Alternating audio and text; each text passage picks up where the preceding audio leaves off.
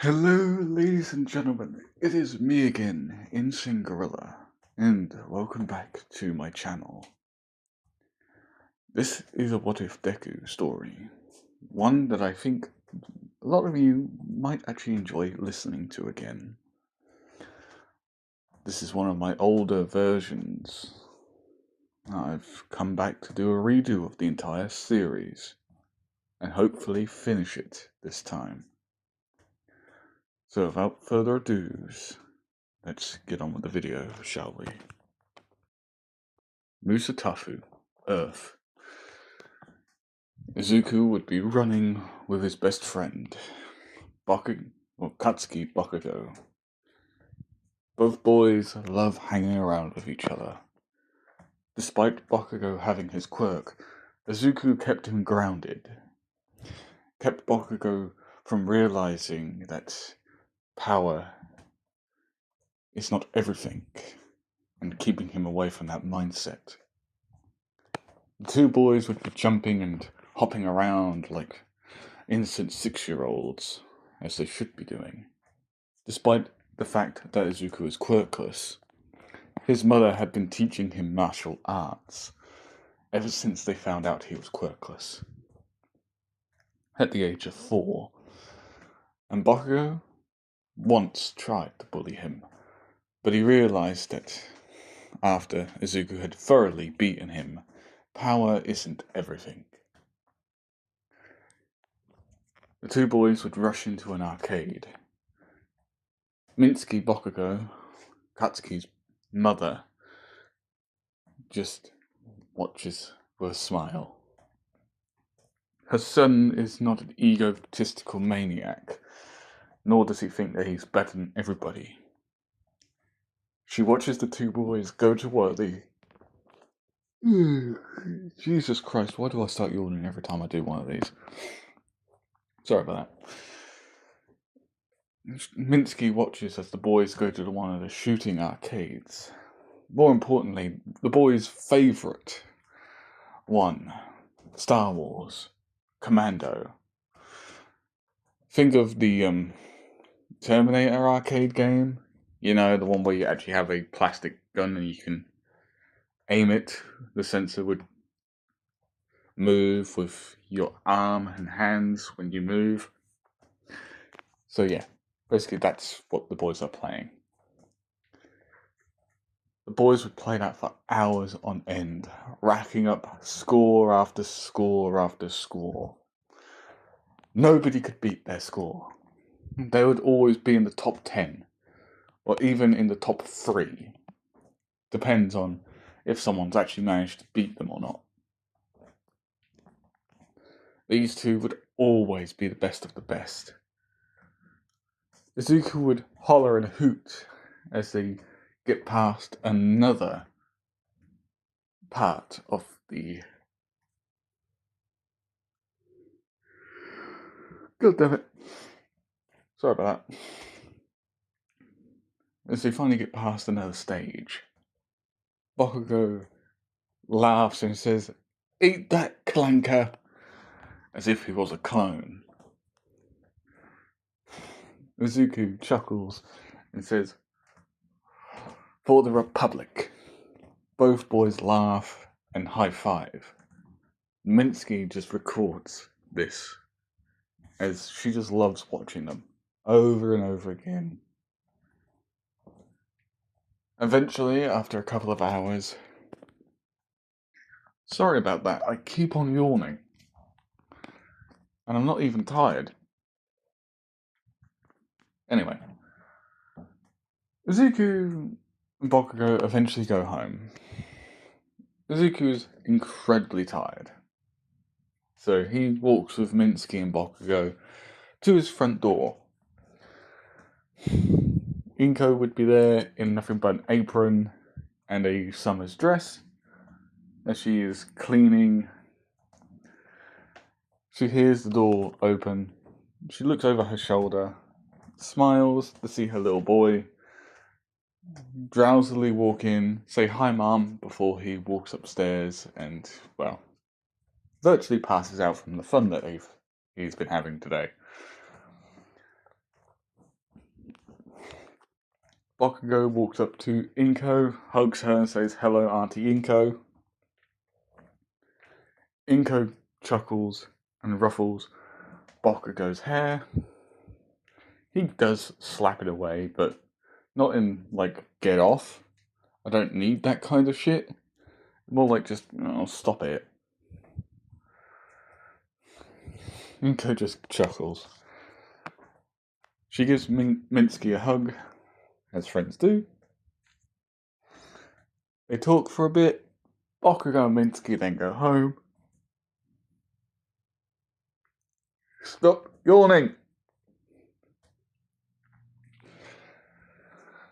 And Izuku and Inko have some food.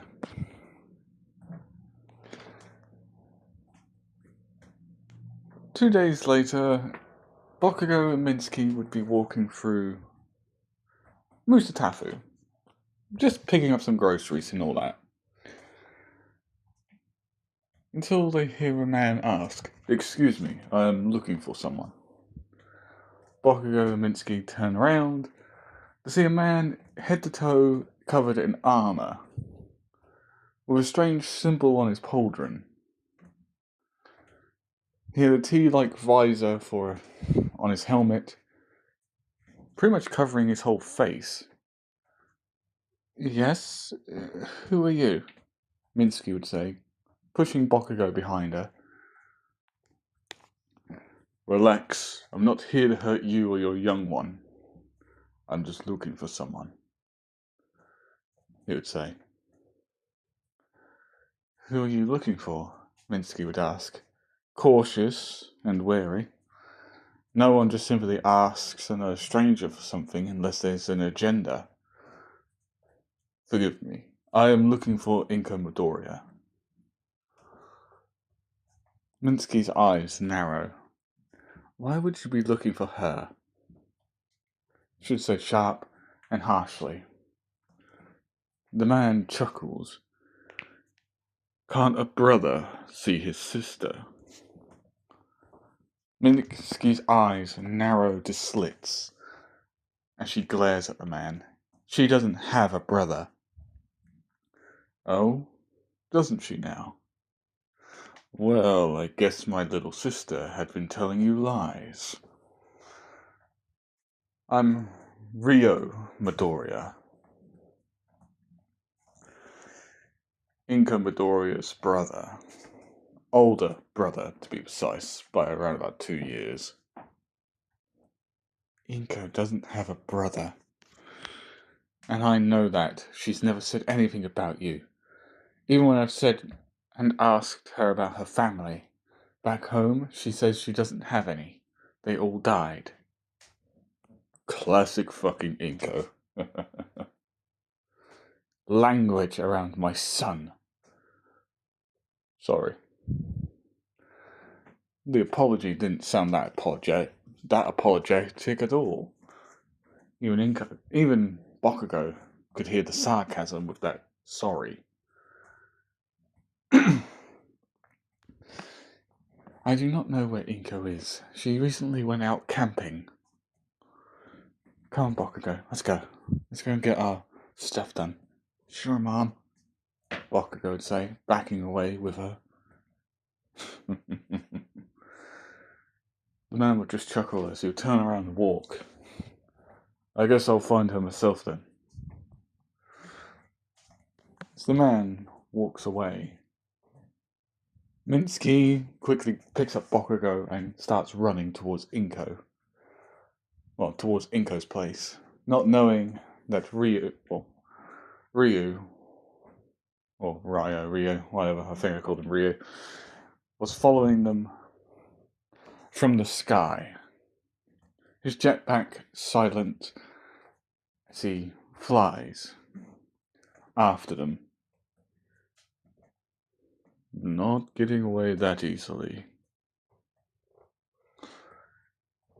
Minsky quickly runs to Inko's and slams her fist hard onto the door. Inko! Open up! We've got problems. Minsky would shout. Inko would open the door in that almost as if of a businesswoman, considering she was about to go to work. Minsky, what's wrong? Minsky quickly puts Bakugo in and shuts the door behind her. Inko, someone called Ryu's after you. Shit! Inko would say, swearing as she runs up to the curtains, closes them, walks into the living room, throws a rug that was usually just comfortable off the floor, showing a hidden door. Inko throws it open. Minsky, if he knocks on that door, do not answer. What are you... Minsky didn't even get a choice to ask anything as the door shuts. As Minsky hears, come on out, Inko. I know you're there. Shit, Minsky would say silently. I know your friend's in there, Inko. I was following her the whole time. I know you're here. I saw your face. I know you're here, sister. Come on out. Mandalore wishes to talk to you. Mandalore? Inko, no, not Inko. Minsky would ask. Bakugo would look at his mother. Shh. Go upstairs. Go upstairs. Be quiet. Wake Izuku up. And tell him to be quiet. Bakugo would nod and make his way upstairs.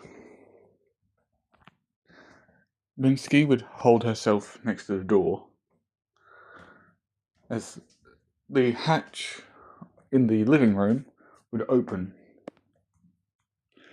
Inko would step out, heavily armoured, basically like this, with a helmet in one hand and a steely look in the other, or on her face, as she throws on her helmet. Inko shoves her head one way, aka telling her to move. Minsky did. And Inko full on kicked the door outwards. Ryu, as he was about to knock the door again, as he fell backwards. He would throw the door off of himself and stand up, seeing Inko walk out in her Mandalorian armor. Ryu, she would hiss. Little sister, Ryu would say. I told you never to come for me. Inko would hiss. Well, we can't always get what we want now, can we? The fuck you want, Ryu?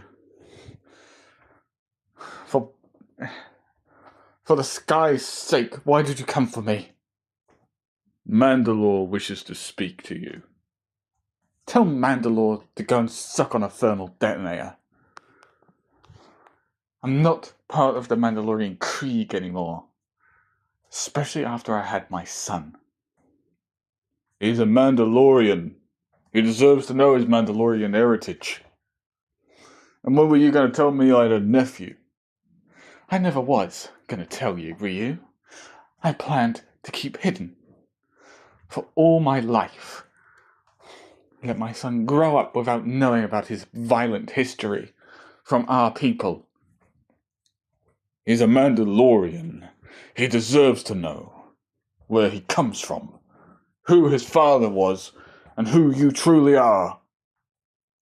The daughter of Mandalore. Shut up, Ryu. Mandalore. If Mandalore has a new leader now, then tell them I do not want anything to do with their little war-set mind Kriegs. I am done with it all. My only job is that of a businesswoman and of a mother. I will never join Mandalore. Never! Inca would say, hissing and spitting Mandalore's name. Our father wishes to speak to you. Do not deny him, Inco. You cannot deny Mandalore's will. Ryu would start pacing. Inco was already pacing, so she only paces a lot faster. I will never, ever go back to him. I do not want violence to be anything my son knows. My son is too pure, too innocent. And you should know that I love people who are innocent. It's part of my Mandalorian way. Protect the innocent at all costs. Just because our old clan used to be nothing but psychopathic murderers doesn't mean that we don't agree with your point of view. Fuck off. Our father never liked my ideals. Our mother did. She loved them. Our father has changed since then. And you are young. You are only just starting to spread your fiery wings as the Firehawk back then. Look for you. I am not going back to Mandalore. I am not going back to the ways of violence our people used to be. Mandalore wishes to speak to you. You will come with us. Us? Do you really think I'm alone?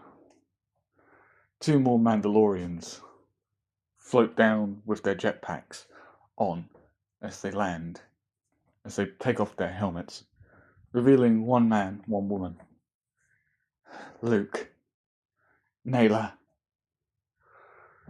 Nayla smiles. Hey, Inco. The strongest of us all, living as a businesswoman.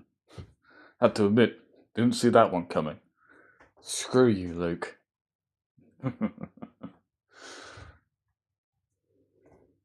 Nayla would walk up and speak. Look, Inco, I know you don't want to go back. Trust me, I would much rather let you live here. You deserve it after all. Especially with that cute cake of a son of yours. Nayla. Don't worry, I won't go after him. He's way too young for me. And besides, I'm with Luke. I feel sorry for the children. Hey! Nayla would giggle. Nayla would only look behind herself. Come on out. I know you're there, little one. Behind a post, or lamppost, a little girl with brown hair and slight Mandalorian armor would walk out. Who's this? My daughter. Idril. Nala would kneel down, pick her daughter up, and hug her. She's a little shy. Idril would push herself to her mother more, obviously nervous about meeting a new Mandalorian with clear hostility. I'm surprised you managed to get Luke to even stick it in you. In fact, it was him who actually asked, and well, let's just say I didn't know how to react to that until 2 weeks later. It took me several days to basically try and say, yoo-hoo, hello, I'm interested.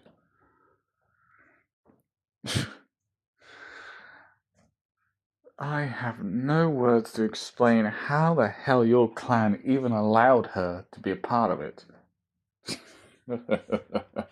It took a while to convince them, but when they found out she was pregnant, people kind of got over it rather quickly. So, you're going to come with us now, or? Idril slipped out of her mother's hands as the parents would talk, she saw Izuku, and she had a little bit of pinkness to her cheeks as she hid behind her mother's legs. Not that the adults really were paying much attention. Izuku was hiding behind his mother's legs, somehow managing to tell that the woman in armor with her back turned to them was his mother. Somehow, Minsky didn't even tell him. He just somehow knew. And it was clear that the man in the middle was his uncle, clearly by the way they were talking, as if they were familiar with each other. Or was it his father? He doesn't know. Nala seemed to be quite the, rambunctious and perky kind of girl, considering that she is very bubbly and just upbeat. Luke seems to be more of the casual, kind of lazy, but incredibly intelligent kind of guy. Although he can't tell his way out of a joke. And then there was the girl behind Nala's legs. She was peeking out, giving Izuku what he assumes to be the stink eye. But you can tell her cheeks are a little bit red. He doesn't know why, so he thinks that she's perhaps got a fever. So Izuku kind of pops out from behind his mother's legs. Idril hides behind her mother's, although one of her eyes was still following Izuku. Nala, noticing her daughter behind her legs, only giggles, knowing that her daughter's embarrassed and shy. And she noticed Izuku walking up to her. Nala gently pushed Idril out from behind her legs. Idril looked at her mother, obviously trying to stay close. It's okay, sweetie. Go and have some fun with your new friends. Idril slowly moved away, kind of looking down, trying not to make eye contact. She was obviously very, very embarrassed.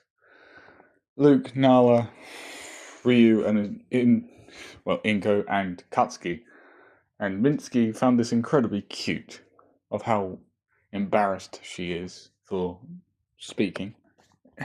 Hello, she'd say. Quiet and shy. I'm Idril. She would shakily hold up a hand for a handshake. Izuku doing the same. I'm Izuku.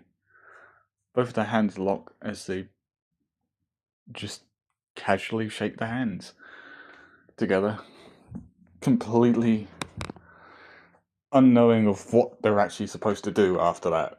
So they just continuously shake their hands. The parents sigh with a sideline of chuckling. Minsky, is it? Well, Inko would ask. Yes? Take them to the park. I have a lot of things to discuss with my brother. So, yes, Minsky, he is my brother. I'll explain later. Minsky quickly takes Bakugo and the other two. She found out the other girl the small girl was called Idril. Rather beautiful name, she had to admit. And with that, Inko narrows her eyes after a few minutes. She narrows her eyes at her brother and the two other Mandalorians, and puts her hand on her blaster pistol that she hadn't used in years. But it doesn't mean she doesn't know how to use it still. So, what now? The other three Mandalorians put their hands on their pistols too. Don't do this, Inko. We're only here to bring you back to Mandalore.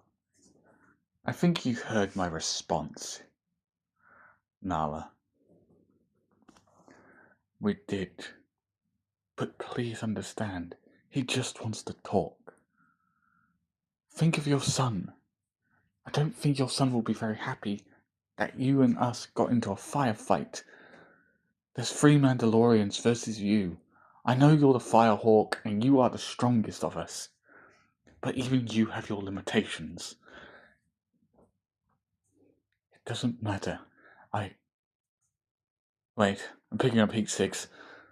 How many Mandalorians are here? Just us 3, Luke would say. He turns around and raises his pistols. The others do the same. As 2 teams of assassins suddenly decloak. Target found. Initializing eliminations.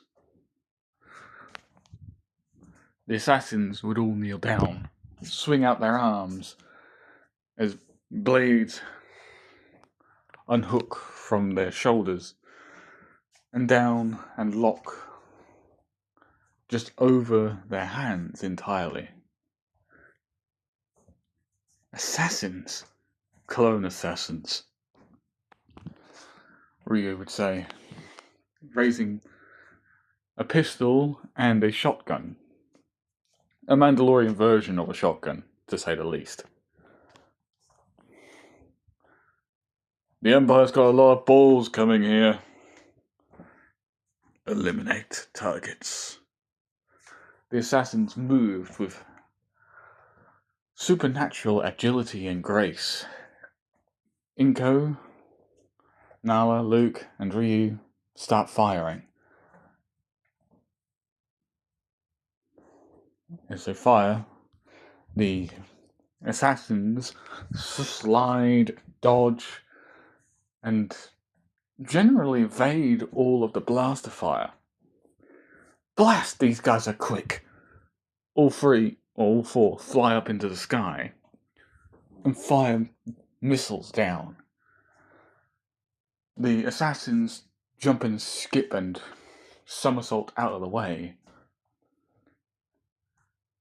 as the missiles would hit the ground. Down there quick! All 4 would land, pulling out their own viro weapons. So it's close combat you want. Come get us! The assassins would all run in. At the park, it's not that easy either. Target acquired, an assassin would say, a singular one, as it unhooks both of its blades. All 3 kids are scared. Minsky stands in front of them. You will not hurt these children. The assassin runs up to Minsky, and with swiftness he is behind her. Minsky falls to the ground, blood spurting out of her body as she falls forward. Bakugo, Mom! He shouts, as he unleashes an explosion, knocking the assassin back. Curious. Subject target changed. For analysis, little boy somehow can make explosions. Research opportunity, the assassin would say, and quickly start running towards Bakugo. His stride is long, so he was in Bakugo's face within seconds. Bakugo closes his eyes as he launches another explosion, but this time the assassin knocks his hand away. Idril screams no as she wraps her hands around his neck and pulls up, trying to get the assassin to not hit Bakugo. But the assassin pretty much punches Bakugo in the face, knocking him out. He grabs Idril and throws her to the ground. She yelps in pain as other adults come running trying to help them. The assassin only cuts them down with ease, killing them outright. The blood and gore makes Zuko vomit, but something inside him breaks. something he hasn't felt before. Rage at seeing people die. He looks at the assassin as the assassin actually backs up. What the? When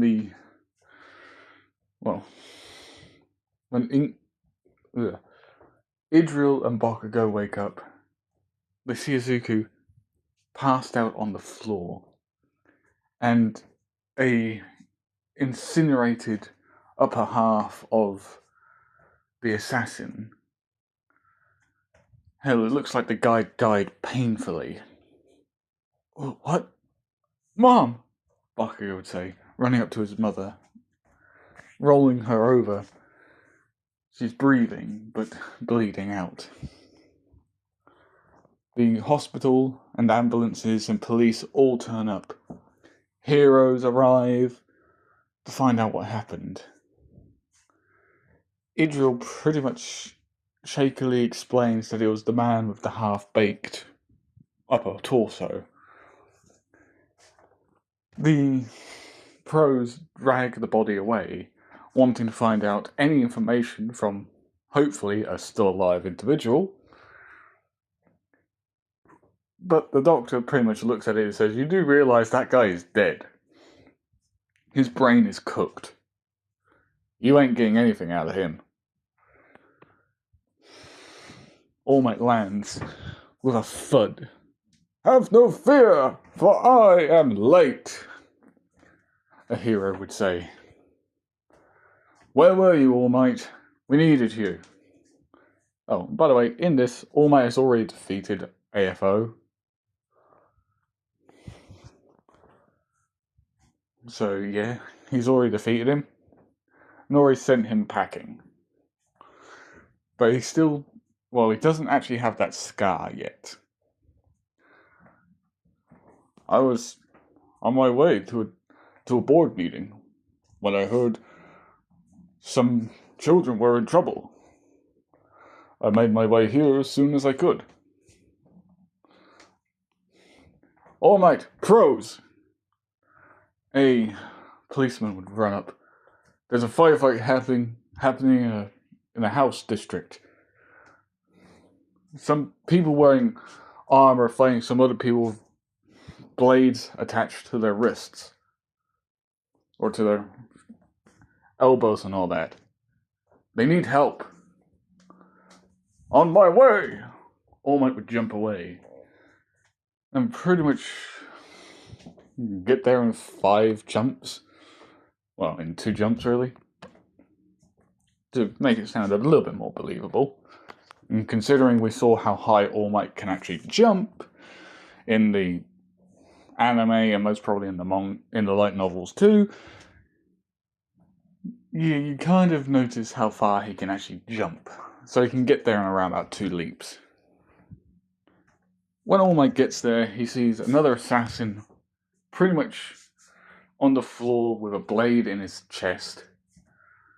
2 more with their heads pretty much smoking from some sort of weapon. And another one pretty much having his neck snapped as he sees the 4 Mandalorians cornering the last assassin.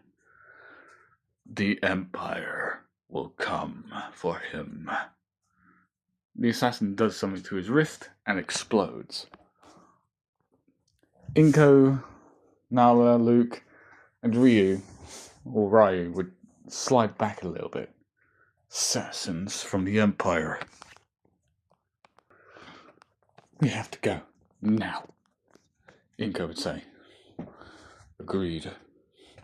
"Hold it right there, villains," All Might would say. They'd all turn around. Shit, it's the #1 hero, All Might of Japan. All of them activate their jump packs. "We go to the park, we take Izuku, and we get out. We're not leaving my daughter behind, Inko."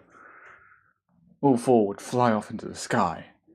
All Might turns around and was just about to jump after them when he notices the armor that these people were wearing.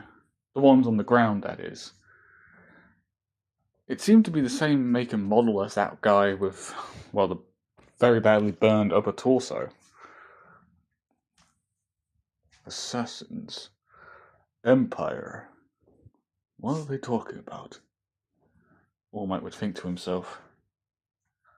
Then shake his head. I can't think about that right now. I have to make sure no civilian sees this. All Might quickly sees a civilian, jumps in front, holds out his arms and says, "Civilian, turn around now. This is an active crime scene." But, oh, now, please! The children must not see this. The woman turned around and covered her child's eyes. All Might ended up doing this for the next couple of minutes, as police cornered off the area, not knowing that people have already taken videos and pictures of, quite literally, their fantasies coming to life. Apparently a lot of people still love Star Wars,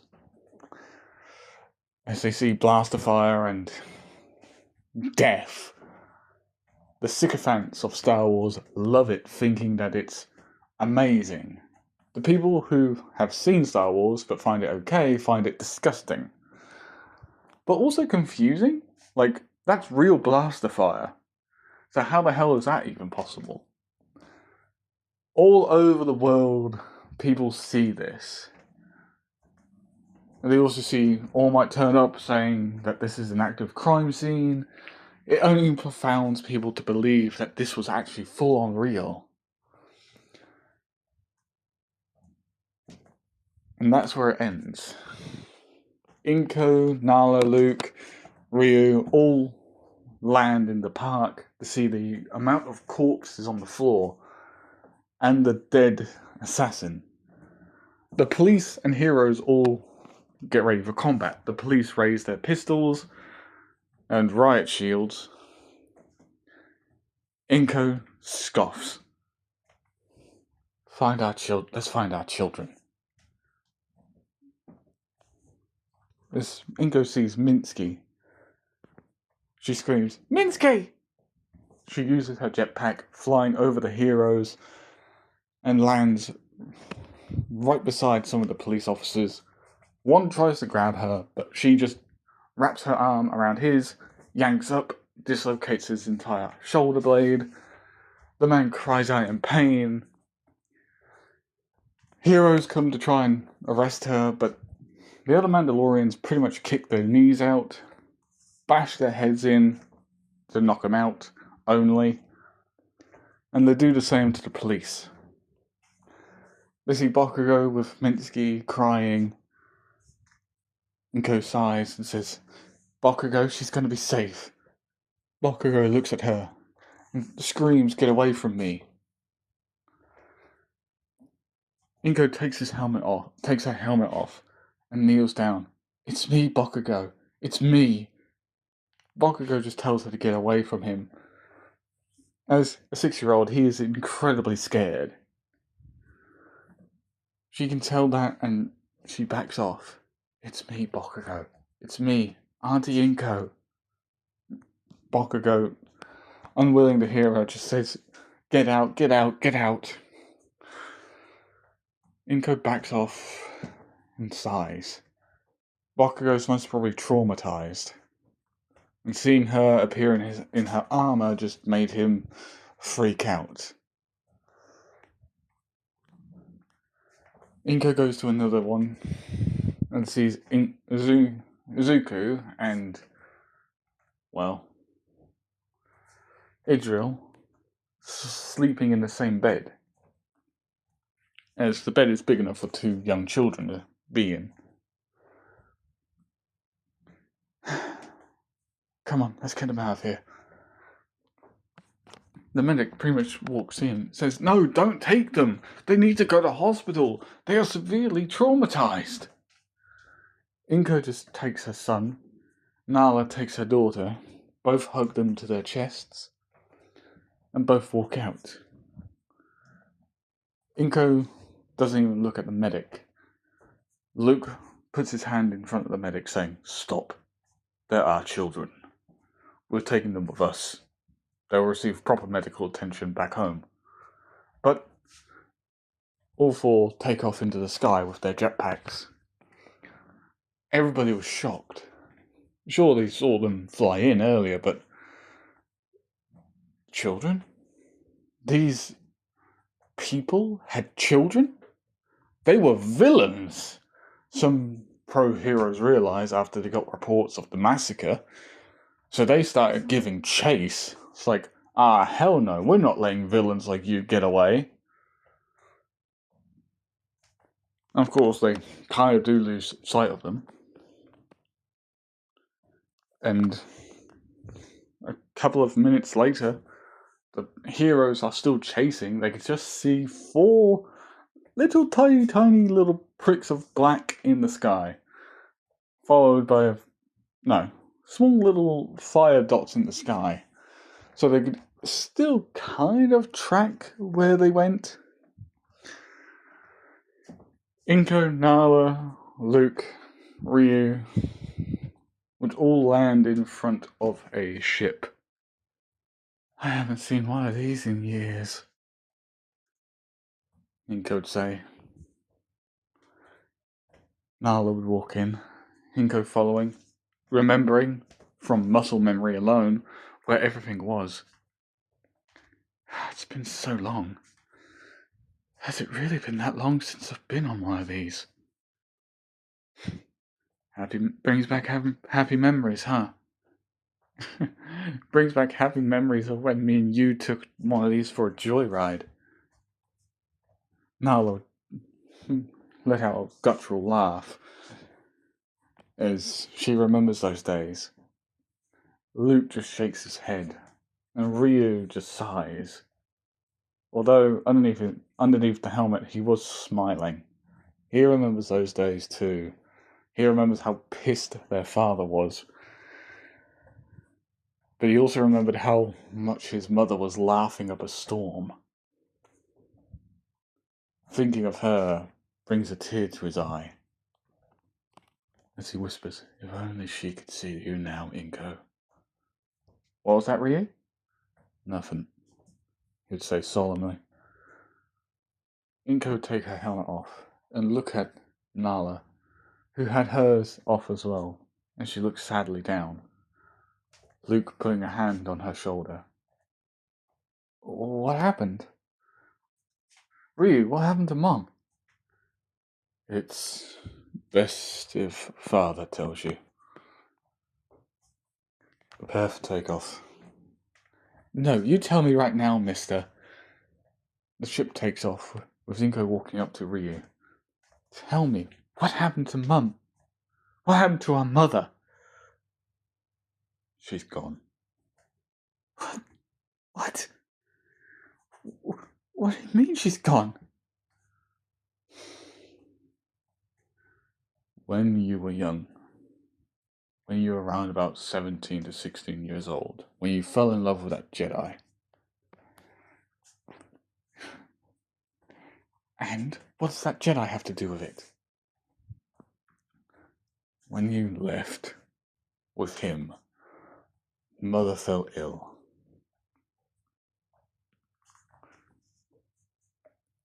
Oh no, Inko would say.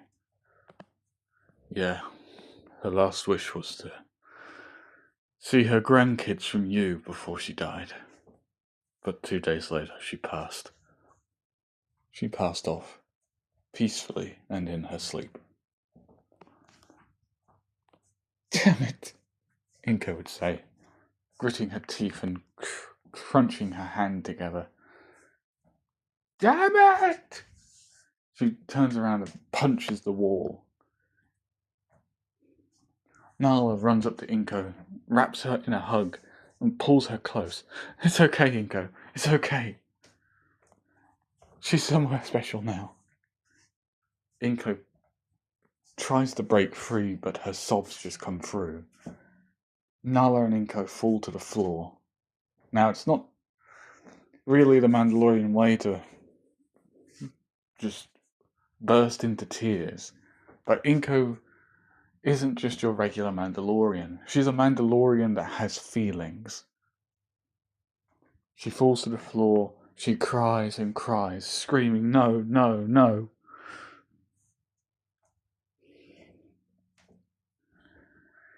Luke sits behind Ryu, both with their helmets off, tears running down their cheeks, as all of them loved Inko's mother. She was such a soft soul. Vicious when she needs to be, but she was always just this lovely woman who wouldn't hurt a fly. All of them then see the heat sigs of the heroes approaching. The heroes below saw the ship flying upwards, and all of them were shocked. Police helicopters, and since the military could see this fucking heat signature of unknown origins, fuck, they sent fighter jets. When Ryu saw this, he says, "Not today, you hunks of junk. Let's see if you can handle space." He pushes the throttle forward, and they go zooming through the sky. The fighter jets keeping up, because they're atmospheric jets, so they have a slight advantage. Although Ryu kind of was making sure that he, doesn't make the kids suddenly go splat against the wall. Missiles start firing. Ryu, flies upwards, firing a few flares. The missiles hit the flares and explode. Ryu flies right in between the jets.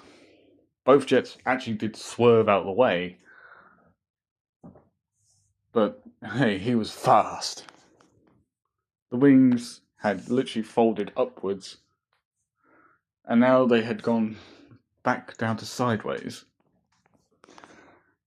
Ryu then pulls the stick, or the control stick, up as they just go woof upwards, flying up into the atmosphere. The fighter jets did not even follow. The pilots were just saying, "This is Fighter Jet 278 to command. I don't think we can follow them anymore. This is command to the fighter jets. What do you mean? They're going up. What do you mean they're going up? Follow them. Command, they are in space. That's why we can't follow them." What the? That's impossible. No jet can get to space. Command, I wish I had a camera to take pictures of the thing we were seeing, because that just wasn't a normal fighter jet. That was a spaceship, Command. Come back to base. Report on everything you saw. Yes, sir. Both fighter jets just fly off. The helicopters and pro heroes saw what was happening, and they were shocked. They thought it was just an advanced fighter jet, but no, they watched a literal spaceship take off, outfly the aircraft of, the two fighter jets, and just go straight up into space. They were just wondering, what the fuck are we seeing? After that, Ryu just punches in the hyperspace coordinates and just says, "Prepare for hyperspace." And boom. That's my best way of them going into hyperspace. After a few days of hyperspace travel, because it's not just instant, you're there 1 minute, then, you're one place 1 minute, then snap your fingers that you're there the next day, or you're somewhere else the next day. It takes a couple of days. By this time, Izuku and Idril were both still out asleep, out cold. The trauma that they had faced earlier today was just,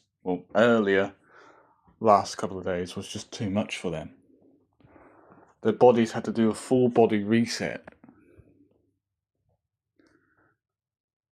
When Izuku opens his eyes, he sees a strange ceiling. A ceiling he hasn't seen before. He looks to his side.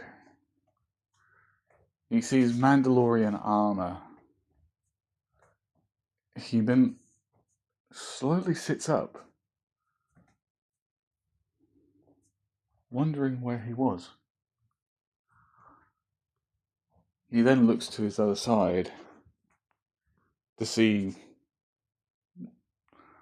pictures of Earth and of this new planet Mandalore.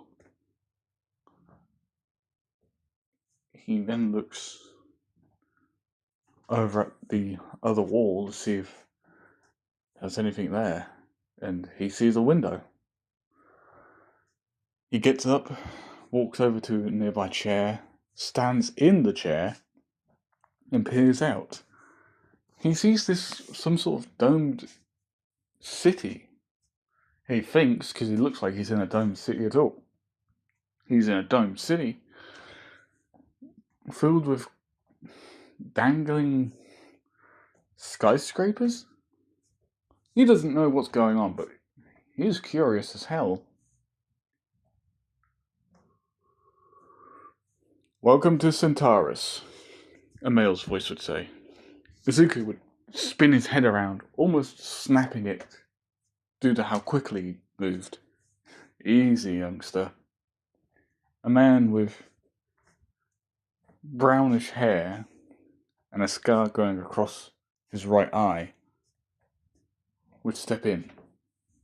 He was wearing that same Mandalorian armor he saw when this man was facing his mother.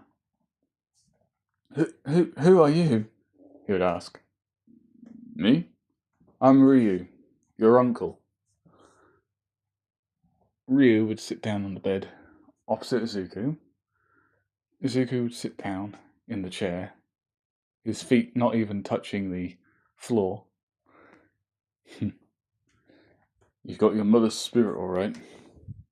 Is she? Yeah, she's here. The armor you see on the side there, that's all hers. She hasn't left your side ever since we reached Centaurus, the capital city of Mandalore. Mandalore? Mm-hmm. The planet you're on. We're on a planet called Mandalore.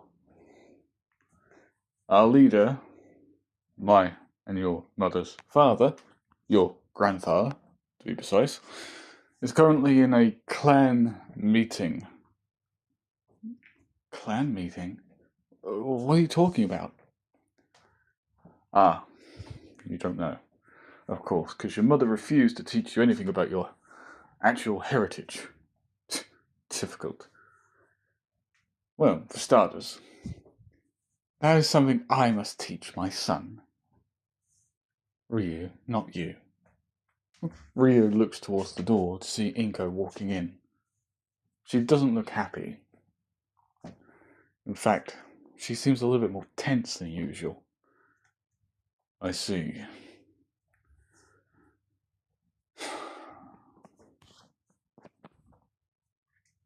I guess I'll leave then. Ryu would stand and walk towards the front door. Remember, sis, no lying. If you lie to him, I'll tell him myself.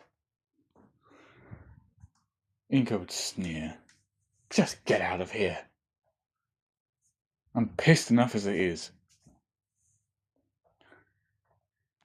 Inko would walk in, sit on the bed, folding her legs underneath herself. Mom, where are we? Mandalore.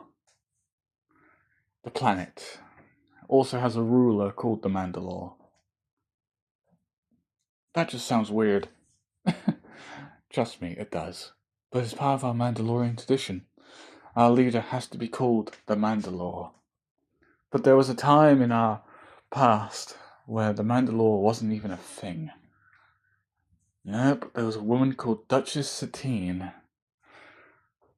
Clan Kreese, to be precise. A good woman. Very good. Me and her had a great lot of ideals about peace and all that. From our warrior traditions. Warrior traditions? Yes. You see, Izuku, our people weren't always just your regular, people, as you see now. Or as you were used to on Earth. You see, our people are warriors, conquerors, fighters, killers. In our ancient past, our clans did nothing but expand territory, fight, kill, pillage, all sorts. Back in the olden days, we were nothing but blood-soaked murderers. Even Clan Midoriya, our clan, were so steeped and covered in blood.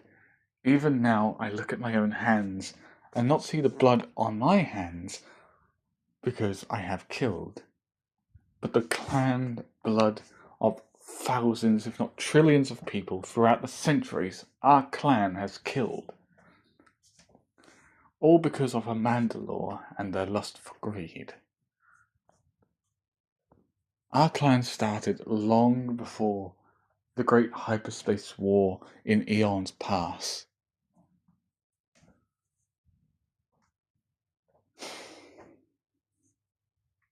Not only that, after we had started our warrior tradition, we came from the core world, Coruscant. We came here.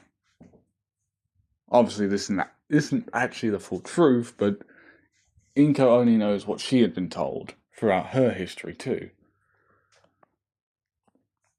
Anyway, back to the story. After we landed on this planet, the Mandela, which is short for Mandalorian, the Mandela picked a man, a Mandalore, a leader, which is where we get the Mandalorian title from, because we are Mandalorians, warriors built for war and combat and conquest. But not only that, we were built for so much more. Born into this krieg of violence and death, we pushed our bodies to the limit. We are almost classed as the perfect warriors. Strong, fearless, combat effective, so much that half of the galaxy fears us. Or the entire galaxy fears us. You hear the name of a Mandalorian, you feel a pinprick of fear. Seeing one is trouble. 2, a nightmare. 3, your whole planet's going to be hell. But seeing a whole army, you better just be running. No fight, no nothing, just run. And the whole Mandalorian army just drops on your head. There's no escape. No retreat. Well, there is retreat, and only retreat. Because seeing an army of Mandalorians, you know your lines aren't lasting for more than 20 minutes. That's how strong we are, Izuku.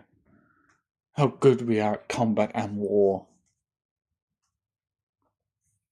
Throughout the years of the Mandalorian wars, all of our people had done countless acts of savagery, cruelty, and barbarism. We even exterminated an entire planet, forcing all of its people into the water. For one thing, fun.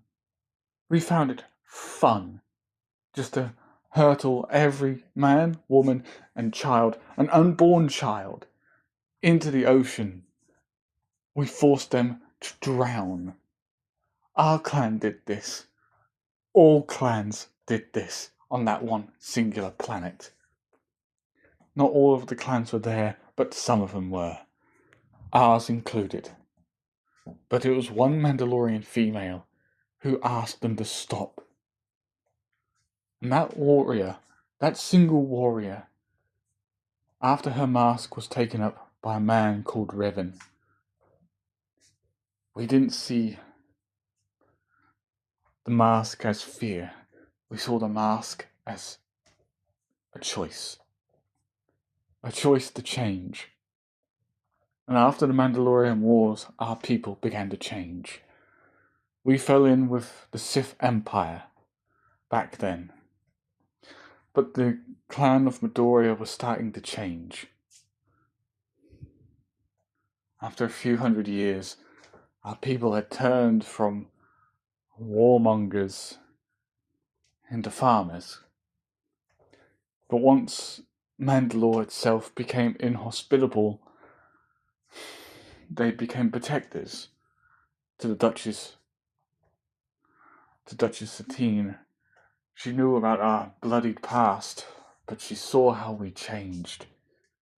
We became her protectors. And the clan of protectors itself joined us. The Protectorate. But now things have changed. During the Clone Wars, Duchess Satine Kryze was killed by a man with a red lightsaber. A Sith. Wasn't that... Yes, that was what the Sith Empire was called. But the Sith are rogue Jedi, or people who believe in the dark side of the Force. The Force is what gives Jedi and Sith their power. It's an energy field made by all living things. The Jedi believe in peace and tranquility. The Sith believe in domination and fear.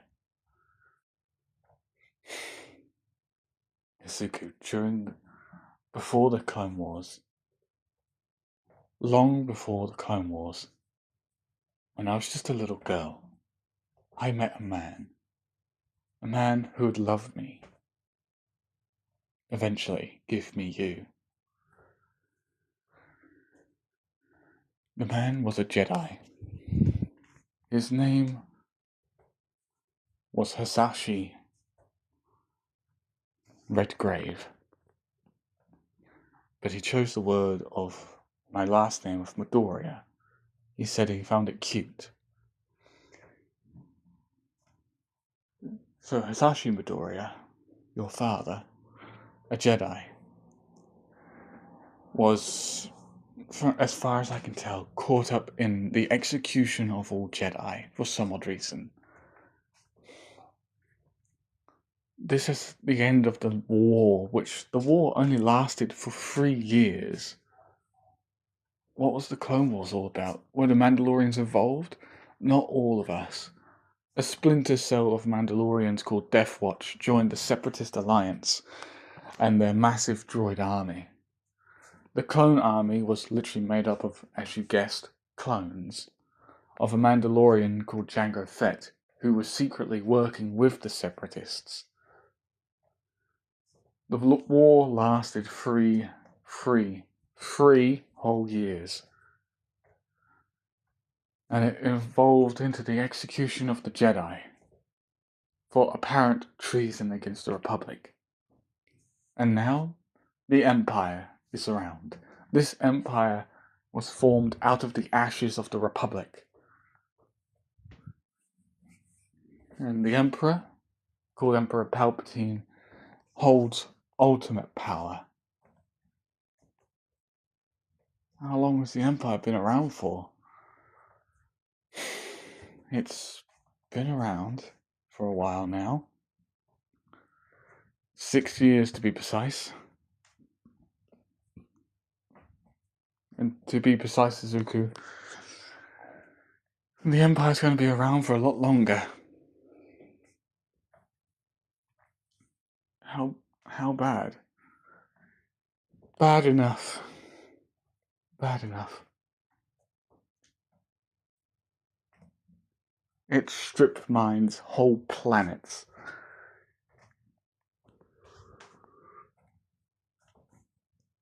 The people are not even given enough time to pay taxes properly. Everyone's always going to be in debt. The core worlds seem to be thriving more often, which is where the new troopers come from.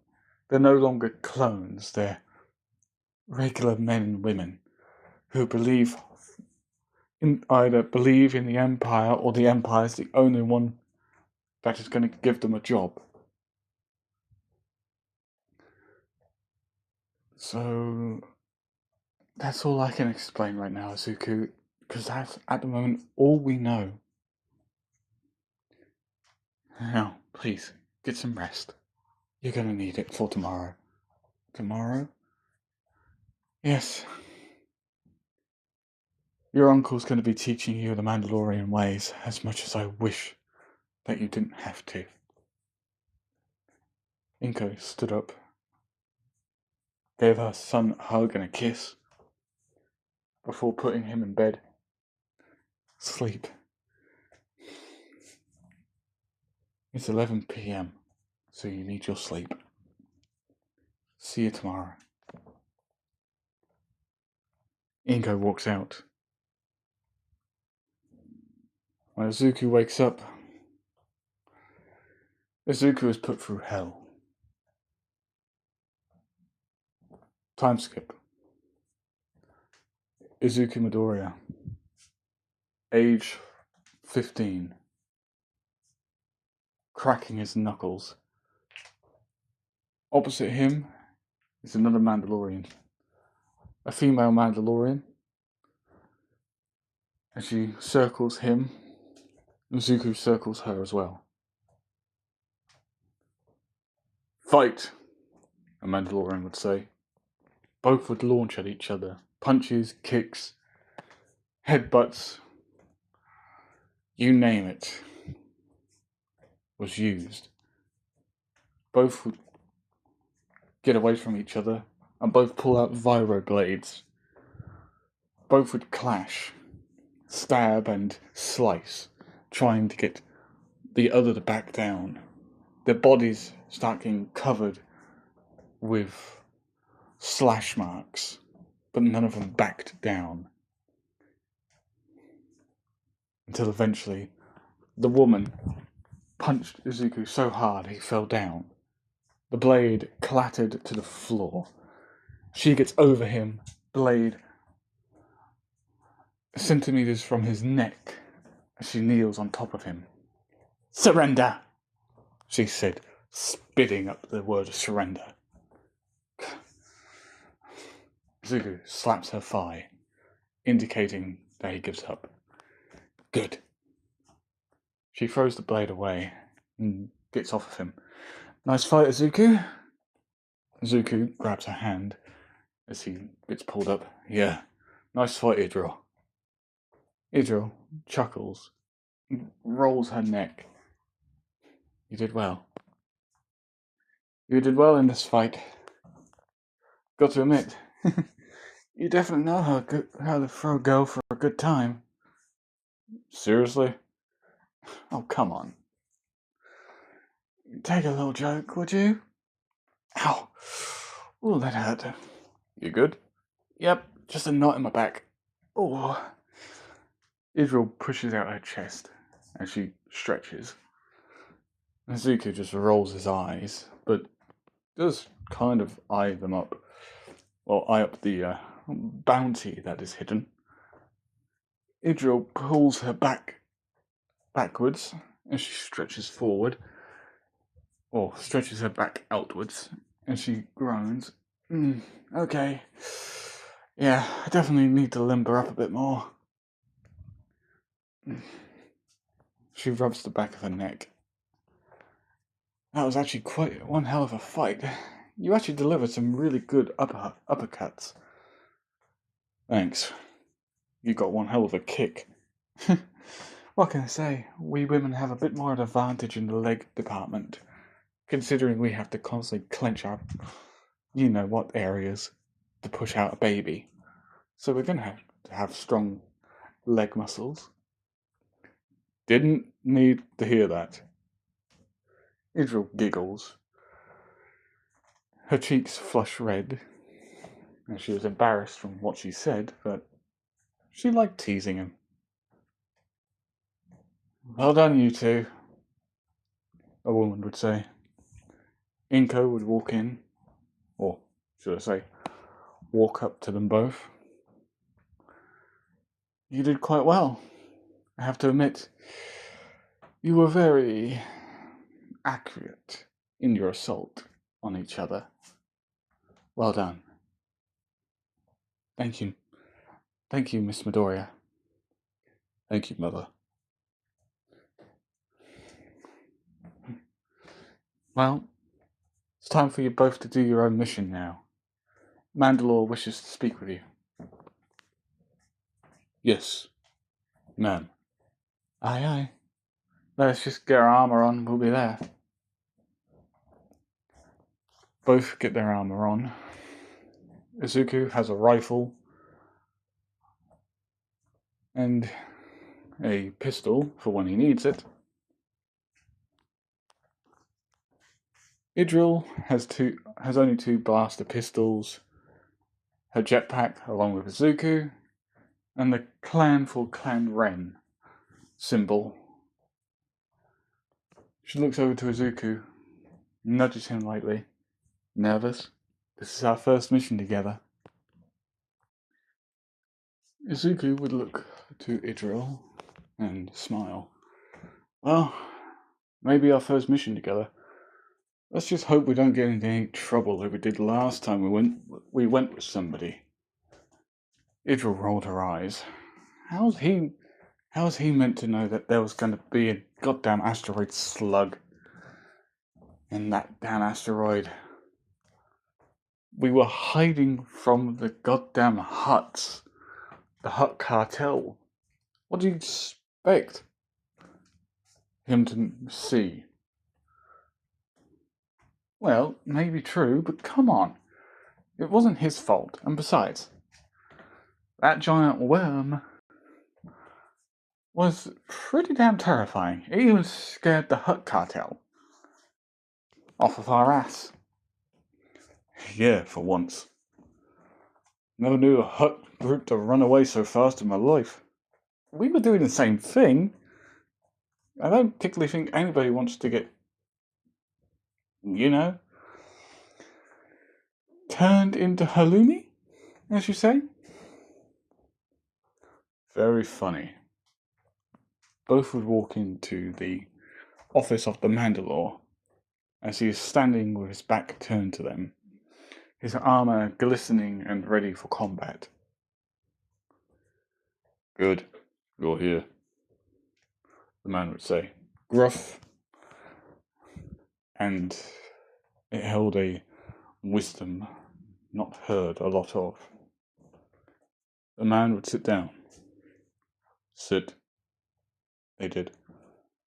I'm sending you to Ord Mantell. We have reports of a small group of Mandalorians there. They're being harassed by the Empire because they're sitting on land that the Empire wants. You're sending us to get them out? Yes. Bring them back to Mandalore. The clan name? Rafari. Clan of Rafari. They are more along the lines of landscapers, fortifiers, defenders. Bring them back. Clan Defender. Didn't realize they changed their name to Rafari. Leave it to die. Go. Bring them back to Mandalore. Yes, Mandalore. Yes, my Mandalore. Both would bow their heads, put on their helmets, and walk out. Guess we're going to Ord Mantell. Agreed. This is where I'm ending it. Hope you all like, comment, and subscribe. See you all in the next one. Peace.